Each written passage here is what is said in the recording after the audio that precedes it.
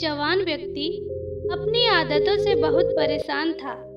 उसकी बुरी आदतों की वजह से उसका जीवन एकदम अस्त-व्यस्त हो रखा था। वह अपने समय की बिल्कुल भी कद्र नहीं करता था। बस फालतू के कामों में पूरा दिन यूं ही बर्बाद कर देता। किसी के भी पास बैठ जाता और लंबी लंबी गप्पे मारकर अपना और दूसरों का भी समय बर्बाद करता, जिससे लोगों की नज़रों में उसकी बिल्कुल भी इज्जत नहीं थी। वह आलसी और कामचोर भी था। जब भी उसके घर वाले उसे किसी काम के लिए कहते तो वह बहाना बनाकर उस काम से बचने की कोशिश करता, और अगर किसी कारणवश उसे वह काम करना ही पड़ता तो वह बिना मन के जल्दबाजी में उस काम को करता। और जब उसके घर वाले उसे कुछ समझाते तो वह अपनी गलती माने बिना उनसे बहस करता। वह हमेशा ही महत्वपूर्ण कामों और फैसलों को कल पर टाल देता और हर तरह की जिम्मेदारी से बचने की कोशिश करता। उसे लगता कि अगर मैं दोस्तों के साथ गप्पे मारूंगा तो मुझे खुशी मिलेगी, अगर मैं पूरे दिन आराम से घर में पड़ा रहूंगा तो मुझे खुशी मिलेगी, अगर मैं अपने ऊपर किसी भी प्रकार की जिम्मेदारी नहीं लूंगा और खाली रहूंगा तो शायद खुशी मिलेगी, अगर मैं सुबह देर तक सोता रहूंगा तो शायद खुशी मिलेगी। उसने यह सब करके देख लिया। उसे थोड़ी देर के लिए तो खुशी मिली, लेकिन फिर उसे पश्चाताप होने लगता। वह अपना समय बर्बाद करने के लिए खुद को कोसने लगता। उसका मन अशांत और उद्विग्न हो जाता। धीरे धीरे वो युवक भी अब यह समझने लगा था कि उसकी आदतें ही उसकी सभी समस्याओं की जड़ है। वह समझने लगा था कि काम को टालने और समय बर्बाद करने से कुछ नहीं होने वाला।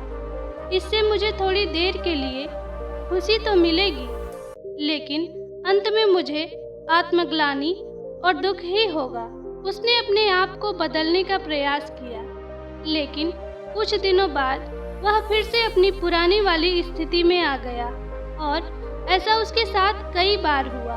वह पूरी योजना के साथ खुद की आदतों को बदलने की पूरी कोशिश करता, लेकिन कुछ दिनों में वह फिर से अपनी पुरानी वाली आदतों में वापस लौट आता। अब तो वह भी हार मान चुका था।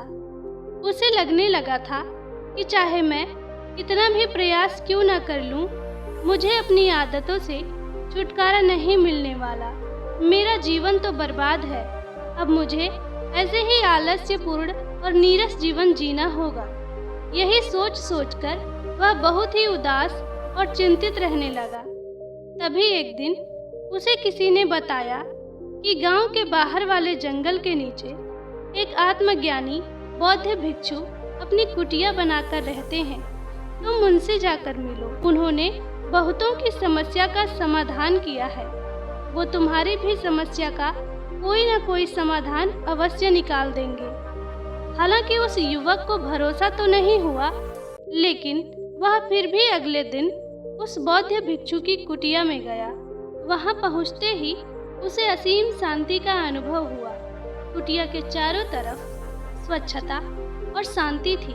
कुटिया के बाहर बने एक चबूतरे पर बौद्ध भिक्षु अपनी आंखें बंद किए ध्यान में लीन थे। युवक ने उनके सामने जाकर उन्हें प्रणाम किया तो भिक्षु ने अपनी आंखें खोली और चेहरे पर हल्की सी मुस्कान के साथ युवक को बैठने को कहा।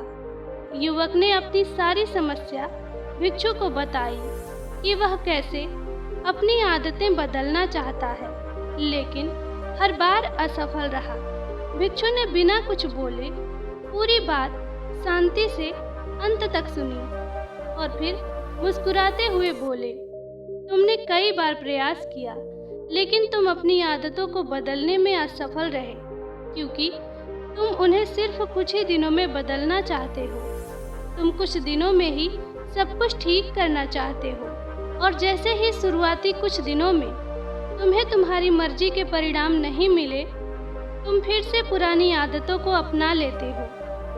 जो आदतें इतने सालों में बनी हैं, वो सिर्फ कुछ ही दिनों में नहीं छूट सकती। इसके लिए तुम्हें समय देना होगा। और एक बात हमेशा याद रखो, बुरी आदतों को छोड़ा नहीं जा सकता, उन्हें केवल अच्छी आदतों से बदला जा सकता है। जैसे झूठ बोलने की आदत को सच बोलने की आदत से बदला जा सकता है। फिर बौद्ध भिक्षु ने गंभीर होकर कहा, आज मैं तुम्हें 5 ऐसी आदतों के बारे में बताने जा रहा हूँ जिन्हें अगर तुमने अपना लिया तो तुम्हारी पुरानी बुरी आदतें तो छूट ही जाएंगी, साथ ही ये 5 आदतें तुम्हारी जिंदगी को चमत्कारी रूप से बदल कर रख देंगी। युवक ने बहुत ही उत्साहपूर्वक उन बौद्ध भिक्षु से उन 5 आदतों के बारे में बताने को कहा। भिक्षु ने कहना शुरू किया, पहली आदत, किताबें पढ़ना।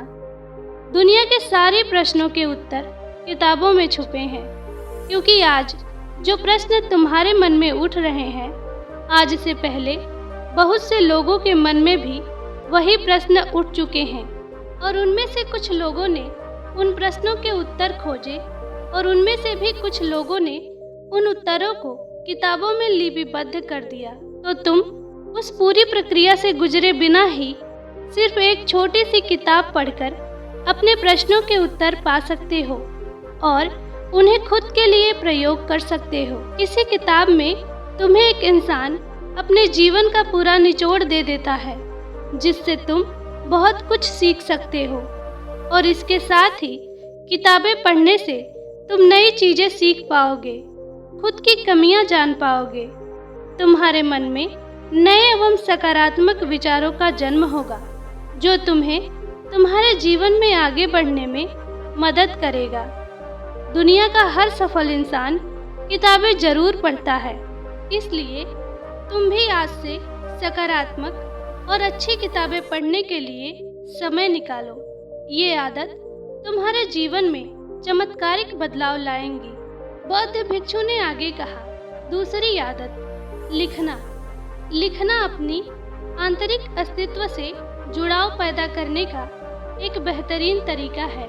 जब हम हर रोज लिखने की आदत डाल लेते हैं तो हमारा सच्चा आंतरिक स्वरूप हमें महसूस होने लगता है। लिखने का सबसे बड़ा फायदा ये है कि जब हम लिखने बैठते हैं तो हमारा मन भटकना बंद कर देता है और उस विषय पर केंद्रित होने लगता है जिसके बारे में हम लिखना चाहते हैं। हमारे मन में हर समय कई सारे विचार चलते रहते हैं, लेकिन लिखने से हमारे मन के वो विचार पक्के हो जाते हैं। भिक्षु ने अपने माथे पर उंगली रखते हुए कहा, हमारा दिमाग विचारों को इकट्ठा कर उन्हें याद रखने के लिए नहीं है, बल्कि नए विचारों को पैदा करने के लिए है। और जब हम पुराने महत्वपूर्ण विचारों को एक जगह पर लिख देते हैं तो हमारा दिमाग नए विचार पैदा करने के लिए स्वतंत्र हो जाते हैं। हमें हर रोज कुछ महत्वपूर्ण अनुभव होते हैं, लेकिन जब हम उस अनुभव से बाहर निकल जाते हैं तो उस अनुभव का प्रभाव कम होने लगता है या हम उसे भूल जाते हैं। इसलिए महत्वपूर्ण विचारों और अनुभवों को तुरंत लिख लेना चाहिए, क्योंकि समय पड़ने पर हमें वो विचार दोबारा याद आए ये जरूरी नहीं। भिक्षु ने कहा, तीसरा, रोज ध्यान करने की आदत डालो। ध्यान वो माध्यम है जो तुम्हारी हर तरह की मानसिक समस्याओं का समाधान कर देता है। जिंदगी के ज्यादातर समस्याओं का कारण लोगों का अतीत या भविष्य के विचारों में खोए रहना है, और ध्यान तुम्हारी इसी सबसे बड़ी समस्या का समाधान कर देता है। ध्यान तुम्हें तुम्हारे अतीत और भविष्य से खींचकर वर्तमान में ला खड़ा कर देता है, जिससे तुम खुद के सच्चे स्वरूप को महसूस कर पाते हो। इसके अलावा ध्यान करने से हमारा मन अस्थायी रूप से भटकना बंद कर देता है। मन में विचारों की तीव्रता कम हो जाती है। इससे हमारे मन में फालतू के विचार आने बंद हो जाते हैं और हम अपने काम में ज़्यादा देर तक ध्यान दे पाते हैं, जिससे हमारी सफलता की संभावना कई गुना तक बढ़ जाती है। साथ ही ध्यान करने से हमारा शरीर और मन तनाव मुक्त रहते हैं और हम अंदर से आनंदित महसूस करते हैं, जिसके परिणाम स्वरूप हमारे जीवन में खुशी और स्थिरता आती है। भिक्षु ने कहा, चौथी आदत जो पूरी तरीके से तुम्हारी जिंदगी को बदल कर रख सकती है, वो है धन्यवाद करने की आदत। जो कुछ भी तुम्हारे पास है उसके लिए ईश्वर का धन्यवाद करना शुरू कर दो। अगर हम अपना ध्यान क्या नहीं है से हटाकर हमारे पास क्या है उस पर ले आएं, तो हमारी पूरी जिंदगी खुशियों से भर जाएगी। कभी ये मत सोचो कि जब मैं कुछ बहुत बड़ा हासिल कर लूँगा तब मैं खुश होऊंगा, कुछ बन जाऊंगा तो खुश रहूंगा, बल्कि आज जो तुम्हारे पास है, आज जो अच्छी घटनाएं तुम्हारे साथ घट रही हैं, उनमें खुशी ढूंढो। तुम्हारे पास रहने के लिए घर है, खाने के लिए खाना है, पहनने के लिए कपड़े हैं, सांस लेने के लिए स्वच्छ हवा है। तुम इसके लिए भी आभारी रह सकते हो, क्योंकि दुनिया में बहुत से लोगों को यह भी नसीब नहीं है। और खुशी कभी भी किसी बाहरी चीज से नहीं मिलती, खुशी इनमें ही मिलती है। खुशी इससे नहीं मिलती कि हमने क्या खरीद लिया, क्या ले लिया, क्या बन गए, बल्कि हमें खुशी तब मिलती है जब हमें अंदर से यह महसूस होता है कि हमारे जीवन में कुछ गायब नहीं है, हमारे पास बहुत कुछ है। और जब हम उस पर ध्यान देते हैं और आभार व्यक्त करने की आदत हमें बार बार यही याद दिलाती है कि हमारे जीवन में कोई कमी नहीं है, बल्कि हमारे पास तो बहुत कुछ है।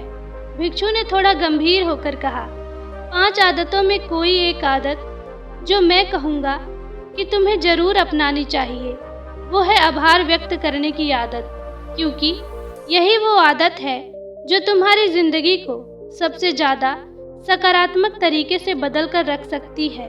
भिक्षु ने कहा, 5वीं आदत जो तुम पाना चाहते हो उसके बारे में पूरे विश्वास के साथ सोचना शुरू कर दो।